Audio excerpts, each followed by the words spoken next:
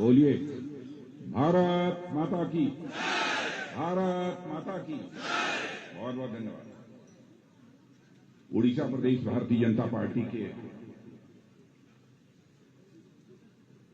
आप क्या आवाज ठीक है? नहीं, ये दो माइक लगी है इसलिए मुझे गड़बड़ हो रहा है। भारतीय जनता पार्टी उड़ीसा प्रदेश के अध्यक्ष श्री मनमोहन सामल जी और यहां के संगठन मंत्री Shri Mansi Mohanty, member of parliament Shri बसंत जी पंडा और दूसरी हमारी member of parliament Shrimati Sangeeta Singh ji देव और श्रीमान केवी सिंह जी देव, डॉक्टर मुकेश महालिंग, श्री प्रदीप नायक, श्री आदित्य माधी, श्री नित्यानंद गौंड, श्री कनक, श्री परशुराम माझी, श्री बलभद्र माही, श्री माही लिखा, श्री अर्का केसरी देव, श्री हिमांशु मेहर, श्री पूर्णिमा केरकेता, श्री रमेश साहू, श्रीमती पूर्णिमा नाइक एंड श्री कालीराम माझी और 8 जिलों के हमारे मौजूद यहां पर सभी बहादुर, बहुत ही सक्रिय हमारे जिलाध्यक्ष और साथ ही साथ जो यहां की मैनेजमेंट कमेटी है भिन्न भिन्न जिलों की और भिन्न भिन्न विधानसभा क्षेत्रों की, उस मैनेजमेंट कमेटी के सभी हमारे सम्मानित सदस्य, अन्य कार्यकर्ता बहनों एवं भाइयों, लंबे समय के बाद उड़ीसा के कार्यकर्ताओं से प्रत्यक्ष रूप से मिलना मेरा संभव हो पा रहा है।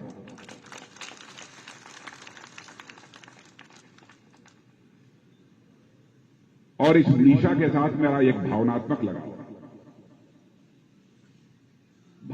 लगाव इसलिए मैं कह रहा हूं, 2006 में जब मैं भारतीय जनता पार्टी का राष्ट्रीय अध्यक्ष था, उस समय देश में कांग्रेस की सरकार थी। आतंक, असुरक्षा का सारे देश भर में माहौल था और सारा देश उस समय बहुत ही चिंतित था।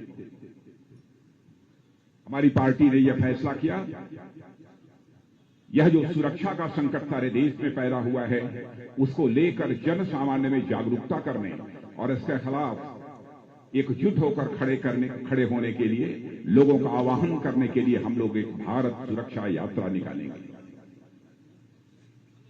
उस समय आदरणीय अडवाणी जी और पार्टी अध्यक्ष होने के नाते मैंने आधे भारत का अडवाणी जी ने नेतृत्व किया था और आधे भारत का उस समय भारत सुरक्षा यात्रा का नेतृत्व मैंने किया। और मैंने उस समय यह फैसला किया कि यदि मैं भारत सुरक्षा यात्रा का प्रारंभ करूंगा तो मैं किसी अन्य प्रदेश से नहीं करूंगा, बल्कि बाबा जगन्नाथ की धरती में उड़ीसा से ही अपनी यात्रा प्रारंभ करूंगा।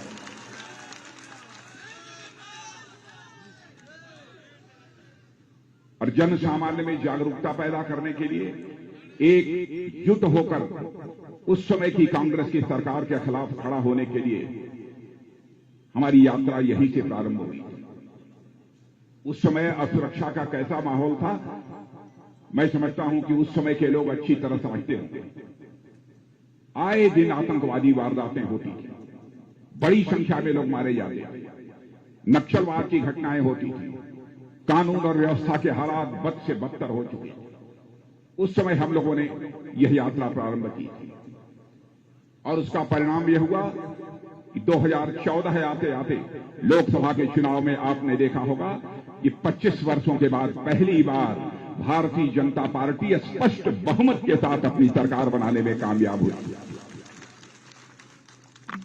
और आज आतंकवाद के हालात क्या हैं? आज किसी मां की लाल की हिम्मत नहीं है। अब पहले तो आए दिन होती थी, अब शायद एक आग कहीं पर लुके छुपे कोई आतंकी वारदात कर दे, न किसी की हिम्मत नहीं होती। और आज तो हमारे सेना के जवानों का हौसला इतना बुलंद है कि आपने देखा होगा उरी और पुलवामा की घटना कि हमारे सेना के नौजवान अब आतंकवादियों को सीमा के इस पार भी मार सकते हैं और जरूरत पड़ी तो सीमा के उस पार भी जाकर मार सकते हैं। यह है भारत की ताकत। नक्सलवाद की घटनाएं जो पहले लगभग 16-18 जिलों में थी, अब सिमट कर मुश्किल 2-3 जिलों में ही रह गई। एक ऐसा माहौल सारे देश भर में तैयार हुआ। सारा देश इस सच्चाई को स्वीकार करता है कि हिंदुस्तान में जितने भी राजनीतिक पार्टियां हैं, उनमें सबसे बेहतर हुकूमत यानी शासन कोई राजनीतिक पार्टी दे सकती है तो केवल भारतीय जनता पार्टी दे सकती है। यह सभी की सच्चाई को स्वीकार करते हैं और यही कारण है कि मोदी जी के भारत का प्रधानमंत्री बनने के बाद केंद्र में भी तो स्पष्ट बहुमत के साथ हम लोगों ने अपनी सरकार बनाई, वहीं पर हिंदुस्तान के अधिकांश राज्यों में भी हम अपनी सरकार बनाने में कामयाब हुए हैं। आज यदि मैं आप सभी कार्यकर्ताओं के बीच आया हूं, यह आपसे अपील करने आया हूं कि यहां भी डबल इंजन की सरकार काम करनी चाहिए। मेरे बहनों भाइयों, यह अपील करने के लिए आप सबके बीच आया। हर मतदाता के पास न पहुंच जाए, यह जिम्मेदारी आपको निभानी है। लाभार्थियों का जहां तक सवाल है, मैं दावे के साथ कह सकता हूं आजाद भारत के इतिहास में सरकार के द्वारा इतने लाभार्थी कभी नहीं रहे होंगे जितने लाभार्थी इस समय। मुझे जानकारी दी गई है कि यहां पर हर संसदीय निर्वाचन क्षेत्र में 11 लाख लाभार्थी, हर संसदीय निर्वाचन क्षेत्र में 11 लाख लाभार्थी।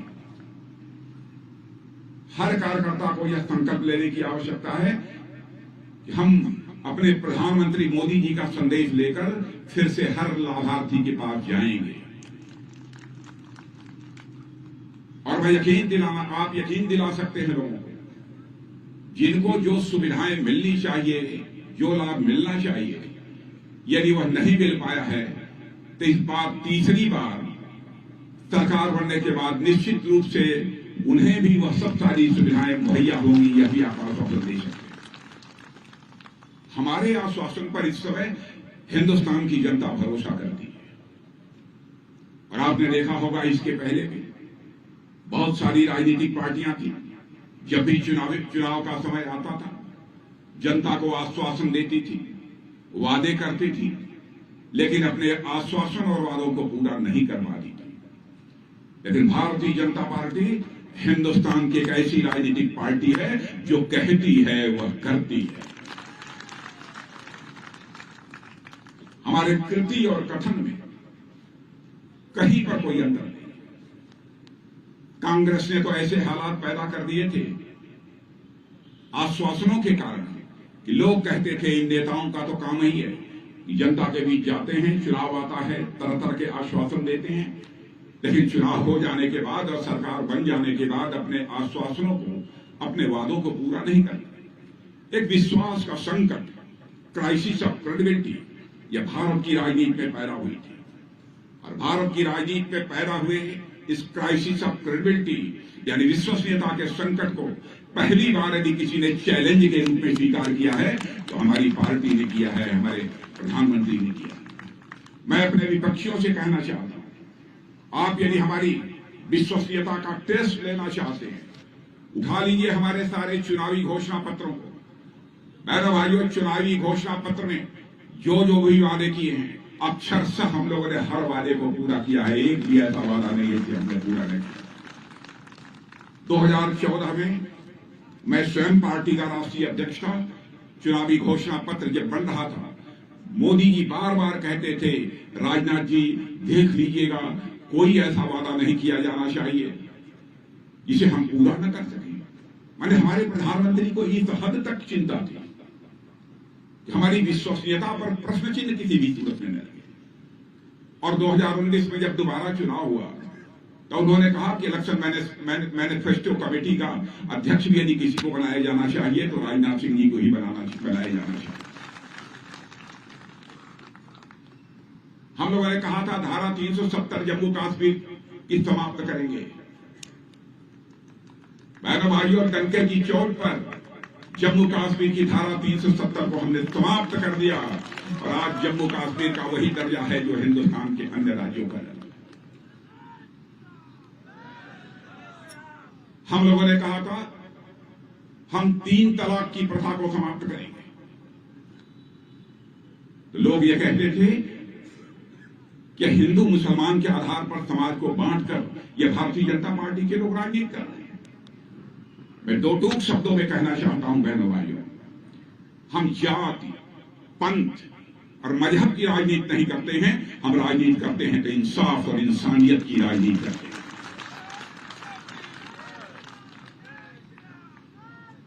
यदि हिंदू मां की कोख से पैदा हुई कोई बेटी यदि हमारी बहन है, तो मुस्लिम मां की कोख से भी पैदा हुई बेटी हमारी बहन है।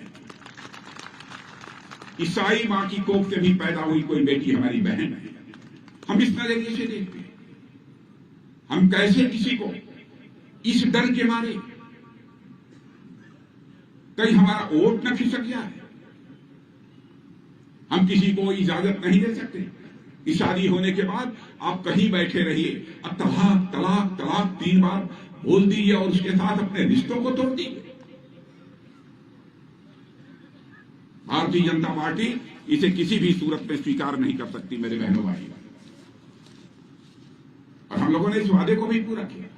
बार बार प्रारंभ से ही हम लोग 1984 से 1984 से कहते चले आ रहे हैं, जिस दिन हमको अवसर मिल जाएगा अयोध्या की धरती पर भव्य राम का मंदिर बनने से हमें दुनिया की कोई ताकत होगी।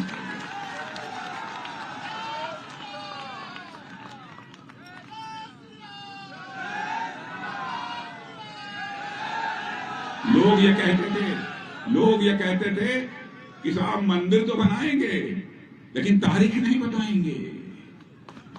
बहनों भाइयों, तारीख भी 22 जनवरी लोगों को मालूम हो गई और वहां पर भव्य राम का मंदिर भी बना।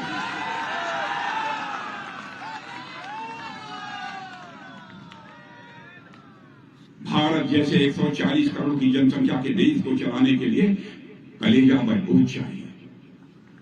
कमजोर कलेजे से देश नहीं चलाया जा सकता। हमारी सांस्कृतिक विरासत, कल्चरल हेरिटेज, भारत की पहचान को बनाए रखने के लिए इसको सुरक्षित रखना यह हमारी नैतिक जिम्मेदारी है। हम इस दायित्व को पूरा कर रहे हैं। चले जाइए काशी में बाबा विश्वनाथ का भव्य मंदिर देख लीजिए। बड़ी संख्या में लोग, लाखों की संख्या में लोग वहां दर्शन करने के लिए पहुंच रहे हैं। उज्जैन का महाकाल मंदिर, द्वारिकाधीश, जगन्नाथ, इन सारे स्थानों पर आप चलिए, परिवर्तन आपको देखने को मिलेगा।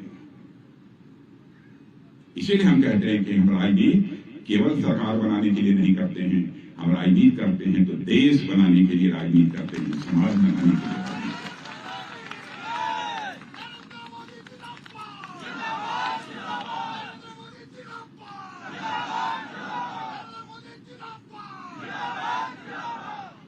बहनों भाइयों, हमारे प्रधानमंत्री मोदी जी का अभिनंदन किया जाना चाहिए। दुनिया में कोई भी शासक, कोई भी प्रधानमंत्री और राष्ट्रपति उस काम को नहीं कर पाया जिस काम को हमारे प्रधानमंत्री नरेंद्र मोदी जी ने किया।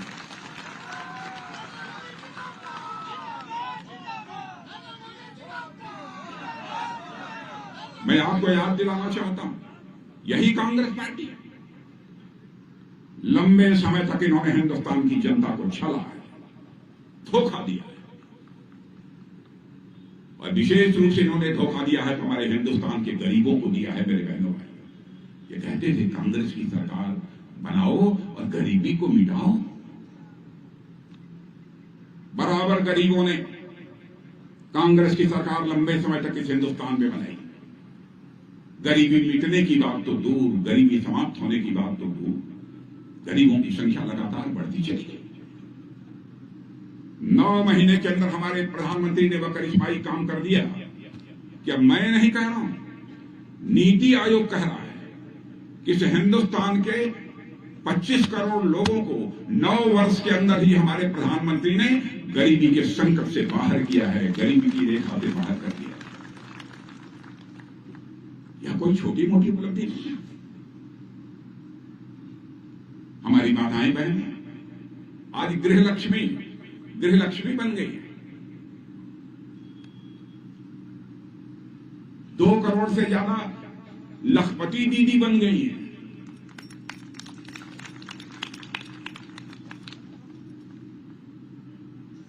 किसी ने इसके पहले चिंता नहीं की कि गरीबों के घर में भी शौचालय होना चाहिए। आलीशान महलों में रहने वाले, बड़े बड़े घरों में रहने वाले माताओं बहनों की जो इज्जत और असमत होती है, मेरे बहनों भाइयों, हमारी झोपड़ियों में रहने वाली माताओं और बहनों की इज्जत और असमत की हमें उनका भी सम्मान होगा। हमारे प्रधानमंत्री ने 11 करोड़ शौचालय इस देश में बनवाए हैं। झुग्गी झोपड़ियों में बहुत सारे लोगों ने अपनी ही जिंदगी नहीं गुजारी, बल्कि उनके पिता, पिता के पिता, पिता के पिता के पिता सारी जिंदगी इसमें गुजार दी। 4 करोड़ ऐसे लोगों के पक्के मकान उपलब्ध कराने का काम यदि किसी ने किया है तो हमारे प्रधानमंत्री मोदी जी ने किया। और मेरी जहां तक जानकारी है, यदि आंकड़े मैं समझता हूं सही होंगे, 30 लाख इस उड़ीसा में लोगों को पक्के घर बनाकर देने का काम यदि किसी ने किया है तो हमारे प्रधानमंत्री मोदी जी ने किया। और मैं आपसे पूछना चाहता हूं, आप पार्टी के कार्यकर्ता हैं इसलिए मत बताइएगा, न हो तो बतला दीजिएगा, पहले से सड़कों की हालत अच्छी है कि नहीं है तो जहां हाथ उठाइए, जब जीवनता के साथ बनाइए। पहले से अधिक गांव में सड़कें बन गई हैं कि नहीं बनी है? और मैं आंकड़ा देना चाहता हूं, 2014 के पहले 70 सालों में 4 लेन, 6 लेन और 8 लेन की सड़कें केवल 18,000 किलोमीटर बनी थी। 70 साल में 18,000 किलोमीटर बनी थी और हम लोगों ने 10 साल में 30,000 किलोमीटर, 30,000 किलोमीटर सड़कें।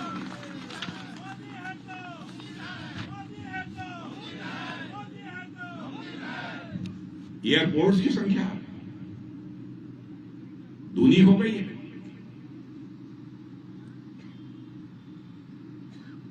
गरीब माताओं बहनों की हालत यह थी, गरीब परिवारों का जो पुरुष था, बच्चे थे, उनकी हालत यह थी, वो बीमार हो जाते थे, जेब में पैसा न होने के कारण वो अपना इलाज नहीं करा पाते थे। क्या कभी किसी ने सोचा क्या व्यवस्था उनकी की जानी चाहिए? पहली बार हमारे प्रधानमंत्री ने आयुष्मान भारत योजना लागू करके हमारे अपने गरीबों को निश्चिंत बना दिया। चिंता मत करो, बीमार हो जाओगे, गंभीर बीमारी के संकट से जूझोगे, तब भी 5 लाख रुपए तक का तुम्हारा मुफ्त इलाज किया जाएगा।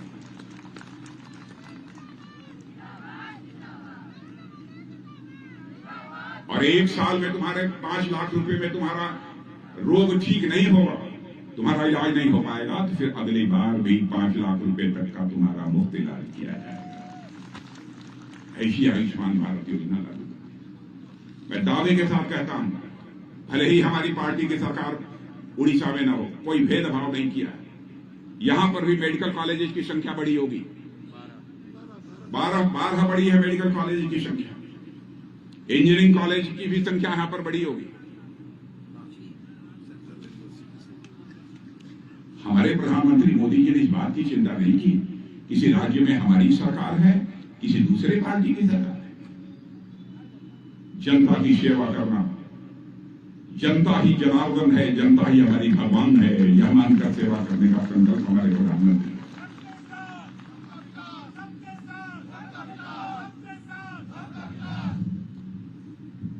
बहनों भाइयों, कांग्रेस पार्टी और अन्य राजनीतिक पार्टियों के लिए परिवार यह जन ही जनार्दन होता है, परिवार ही भगवान होता है। लेकिन हमारे लिए इस देश की जनता जनार्दन है, जनता ही भगवान है। इसलिए हम लोग ये सब सारे काम कर पाते हैं। पहले मैं उड़ीसा में भी कह सकता हूं दावे के साथ, कांग्रेस पार्टी की सरकारों ने बहुत सारे शिलान्यास किए होंगे, बहुत सारे काम किए होंगे, लेकिन शिलान्यास किया होगा, बहुत सारे प्रोजेक्ट रहे, शिलान्यास करने के बाद छोड़ दिया होगा, वो पूरे नहीं हुए। लेकिन हमारे प्रधानमंत्री ऐसे हैं, जिस प्रोजेक्ट का शिलान्यास करते हैं उसका वो उद्घाटन भी करते हैं। अभी हाल में ही हमारे प्रधानमंत्री का शायद यहां पर आना हुआ है, इंडियन इंस्टीट्यूट ऑफ मैनेजमेंट, उसका शुभारंभ करने के संबलपुर में उसका शिलान्यास किया है। तो आप मान लीजिए संबलपुर में यदि इंडियन इंस्टीट्यूट ऑफ मैनेजमेंट का शिलान्यास हमारे प्रधानमंत्री ने किया है, मैं सोचता हूँ 1-2 साल में उसका उद्घाटन करने के लिए उद्घाटन हो गया, शिलान्यास भी किया था, उद्घाटन भी हो गया। यह है हमारी पार्टी की सरकार। वैसे मैं सारे अचीवमेंट की चर्चा करना प्रारंभ करूंगा मेरे बहनों भाइयों तो बहुत समय लगेगा, मैं करना नहीं चाहता बहुत विस्तार में, क्योंकि आगे भी हमारे 2 कार्यक्रम में भी शेष है। पर जितना ही कहना चाहता हूं, देश आगे बढ़ रहा है, तेजी के साथ आगे बढ़ रहा है। आपको और ताकत के साथ लगने की जरूरत है। और ये आप संकल्प लीजिए, मैं ये नहीं कह रहा हूं कि अपने घर से रिश्ता तोड़ दीजिए, लेकिन आपसे मैं ये जरूर अपेक्षा करता हूं कि 24 घंटे में कम से कम 12 घंटे का समय भारतीय जनता पार्टी के लिए दिया जाना चाहिए, कम से कम 12 घंटे का समय दिया जाए। आप अपने मतदाता बहन भाई तक जाइए, जो काम हमारी सरकार ने किया है केवल उस काम के बारे में याद दिलाने की जरूरत है, बहुत आश्वासन देने की जरूरत नहीं है। लोग ये जानते हैं जो काम इस बार नहीं हो पाए होंगे, मोदी जी तीसरे टर्म में उसको पूरा करें।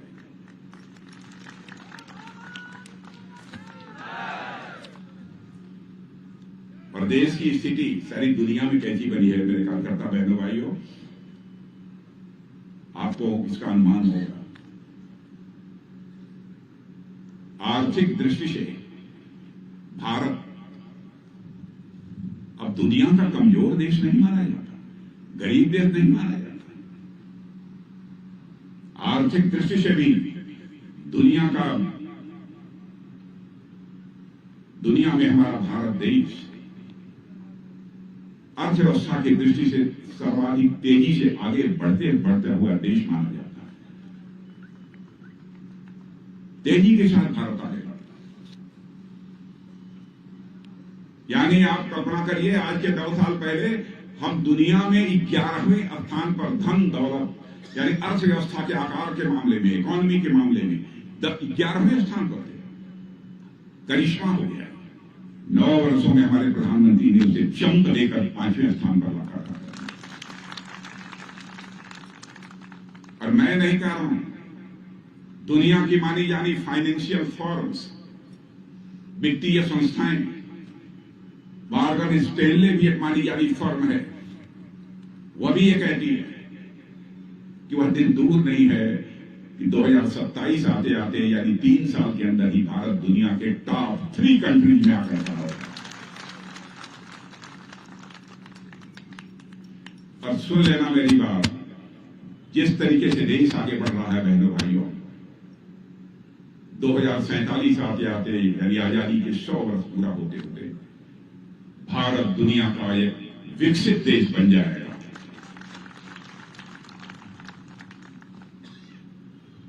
अद्भुत विकास तेजी के साथ भारत का हुआ है। अंतर्राष्ट्रीय जगत में हमारी साख बनी है, अंतर्राष्ट्रीय जगत में हमारी विश्वसनीयता बनी है। एक घटना की आपको मैं जानकारी देना चाहता हूं। रूस और यूक्रेन की लड़ाई के बारे में तो आप लोगों को जानकारी है कि नहीं? लगभग 2 साल होने जा रहे हैं, यह युद्ध चल रहा है।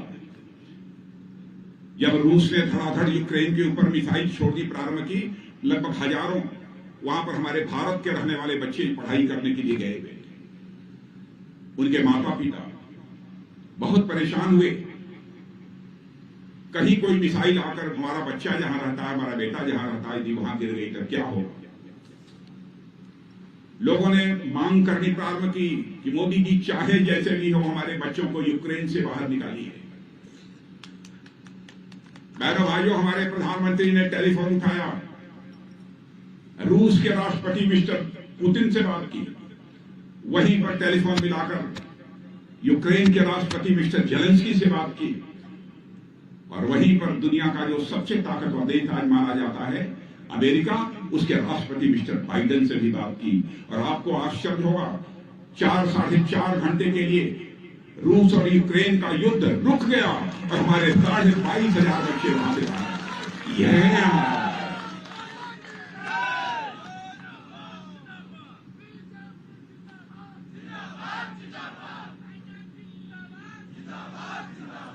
और हम लोगों ने जब भारतीय जनता पार्टी को खड़ा करना था उस समय गांव गांव जाकर जो काम किया है बहनों भाइयों, सोचा नहीं था हम लोगों ने कभी कि भारतीय जनता पार्टी अपने दमखम के आधार पर अपनी सरकार बनाएगी, कभी सोचा नहीं था। आप सब तो भाग्यशाली हैं, केंद्र में आज आपकी सरकार है और आज आप नहीं, अब तो राजनीतिक जो सर्वेक्षक हैं, पॉलिटिकल एनालिस्ट हैं, उनको भी अब विश्वास यह होने लगा है कि अगली बार वहां तो सरकार है ही, यहां भी हमारी सरकार।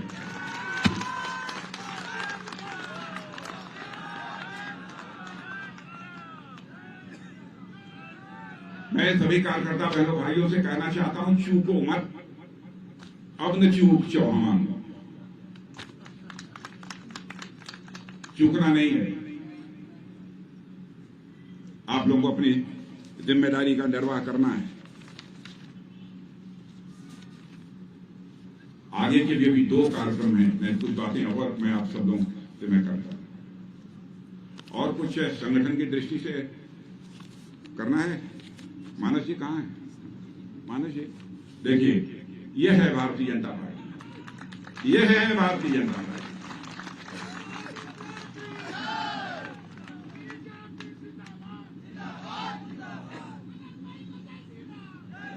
माने लगातार परिवार छोड़कर भारतीय जनता पार्टी को संगठन को मजबूत बनाने की जिम्मेदारी जिसने अपने कंधों पर ले रखी है ईश्वरी साहब ने, वह पीछे बैठा हुआ है और आप लोगों को आगे बैठा है। ये संभव है कहीं पर हो सकता है, केवल भारतीय जनता पार्टी में संभव हो सकता है।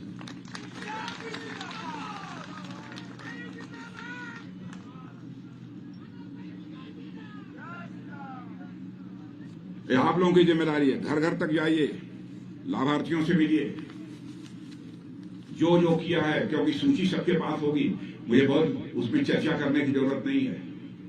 आगे बढ़िए। आपका भारतीय जनता पार्टी का अध्यक्ष भी मनमोहन सामल जी भी बड़े सुलझे हुए, अनुभवी और कार्यकर्ताओं के साथ कंधा से कंधा मिलाकर चलने वाले अध्यक्ष। अहंकार नाम की कोई चीज नहीं। इसलिए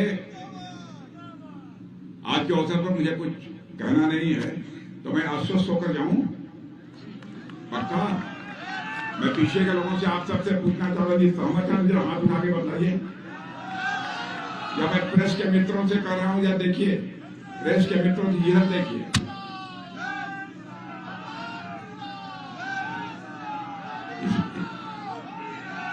और मैं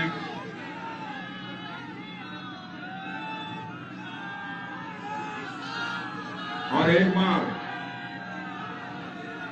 सरकार बनने के बाद मैं मनमोहन सामल जी को कहूंगा कि कभी भी जब भी आपको फुर्सत मिले तो एक बार मुझे बनने के बाद मैं मनमोहन सामल जी को कहूंगा। और जी मैं दोबारा आना चाहूंगा कार्यकर्ताओं के बीच। यदि मैं दोबारा कार्यकर्ताओं के बीच आना चाहूंगा, जैसी मोटी फूलों की हार पहनाई गई थी, वैसी मोटी फूलों की हार पहनकर अपना स्वागत कराने के लिए नहीं आना चाहूंगा, बल्कि एक बार शीश झुकाकर अपने कार्यकर्ताओं का अभिनंदन करने के लिए मैं आना चाहूंगा। इन्हीं शब्दों के साथ आप सबको बहुत बहुत